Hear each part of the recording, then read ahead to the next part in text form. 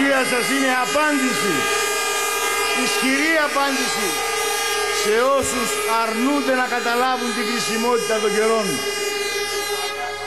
Και προχωρούμε μαζί μπροστά με αυτοπεποίθηση, με αισιοδοξία, με εμπιστοσύνη στις δυνάμεις μας. Άμεσος στόχος είναι η αποτελεσματική απάντηση στις συνέπειες της παγκόσμιας οικονομικής κρίσης. Σκοπός μας είναι η Ελλάδα να βγει πιο δυνατή από το πέρασμα αυτής της διεθνούς θύελλας. Δέσμευσή μας να τα καταφέρουμε και θα τα καταφέρουμε. Αμφιβολίες ας μην έχει κανένας. Είμαστε δύναμη ευθύνης, δύναμη δημιουργίας, δύναμη αποτελέσματος.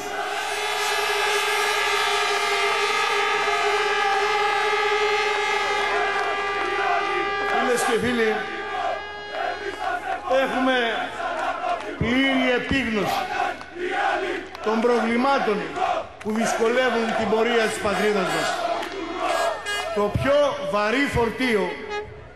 βαρύ φορτίο είναι το υπέροχο δημόσιο χρέος που άφησαν πίσω τους οι κυβερνήσεις του Πασόκ. Άφησαν πίσω τους προβλήματα που δεν αντιμετωπίζονται από τη μία μέρα στην άλλη. Προβλήματα που βρίσκουμε μπροστά μας στο σημερινό, τον ανηφορικό δρόμο της διεθνούς συγκυρίας. Κι όμως οι υπέτειοι των προβλημάτων, οι υπέτειοι των πιο μεγάλων οικονομικών και κοινωνικών προβλημάτων επιμένουν στο λαϊκισμό. Υπόσχονται τώρα τα πάντα στους πάντες. Δεν λένε όμως ούτε ποιες είναι οι λύσεις που προτείνουν, ούτε πώς θα βρεθούν οι αναγκαίοι πόροι. Δεν καταθέτουν συγκεκριμένες προτάσεις ποτέ και για τίποτα. Προτάσουν ένα ανεύθυνο ναι σε κάθε αίτημα, από όπου και αν προέρχεται, όσο και αν κοστίζει. Ταυτόχρονα αντιτάσσουν ένα μηδενιστικό επίμονο όχι σε κάθε αναγκαία αλλαγή. Θεωρούν ότι ο σκοπός αγιάζει τα μέσα και ο σκοπός τους, το μόνιμο, το μοναδικό άγχος τους είναι η κατάληψη της εξουσίας. Έφτασαν στο σημείο χωρίς κανένα δισταγμό να δυσφημούν τη χώρα. Τη μια να διαδίδουν ότι η Αθήνα έγινε Καμπούλ, την άλλη διακηρύσουν ότι η χώρα δεν θα μπορέσει να δανειστεί. Την επόμενη γίνονται αναμεταδότες εξτρεμιστικών συνθημάτων σε ξένα μέσα. Στη συνέχεια υποστηρίζουν ότι πρόκειται τάχα να καταρρεύσει η οικονομία μας. Καταλήγουν στο τέλος να χαρακτηρίζουν βάρβαρους όλους τους Έλληνες που δεν ψηφίζουν Πασόκ. Δεν υπήρξε ποτέ μια τόσο ανεύθυνη στάση. Δεν ξέρω αν και πόσο καταλαβαίνουν τη ζημιά που κάνουν στα συμφέροντα της χώρας.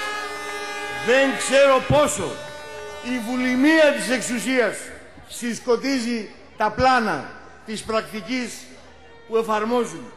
Δεν ξέρω ποιους έχουν και αν έχουν τελικά τελευταίους φραγμούς. Αυτοί όμως, να το ξεκαθαρίσουμε, δεν είναι πολιτική κριτική. Είναι δυσφήμιση της χώρας, είναι υπονόμευση της προσπάθειας για νέες επενδύσεις και νέες δουλειές. Είναι πλήγμα στην πρωταέξω εικόνα της πατρίδας μας. Και ρωτώ, έχει η ηγεσία του Πασόκ επαφή με τη διεθνή οικονομική πραγματικότητα?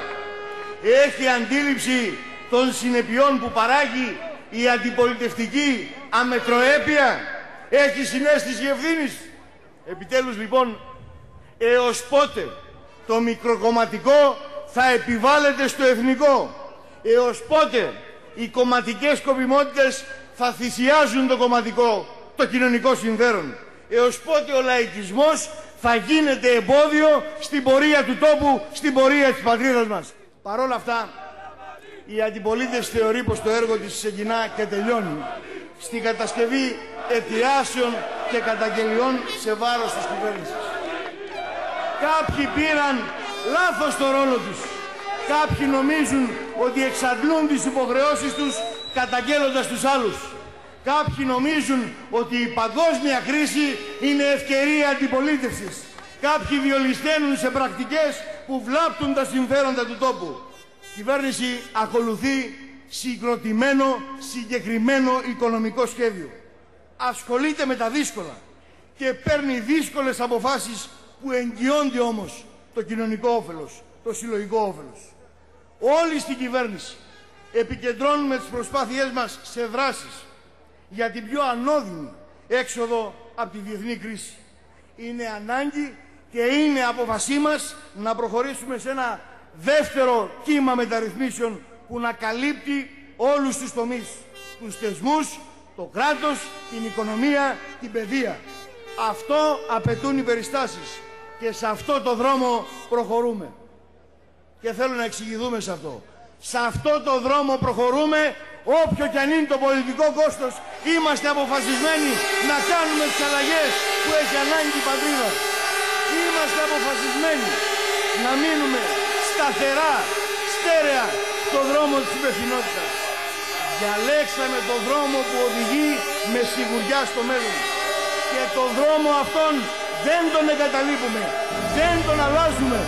Προχωρούμε με βεβαιότητα και σιγουριά, αποφασισμένοι να κερδίσουμε τη δύσκολη μάχη απέναντι στη διεθνή θύελλα. Αποφασισμένοι να διασφαλίσουμε μια καλύτερη επόμενη μέρα. Μαζί, όλες και όλοι μαζί, θα βρούμε τις λύσεις. Μαζί θα οδηγήσουμε την πατρίδα μας σε ένα καλύτερο αύριο. Να είστε καλά και καλή δύναμη σε όλους.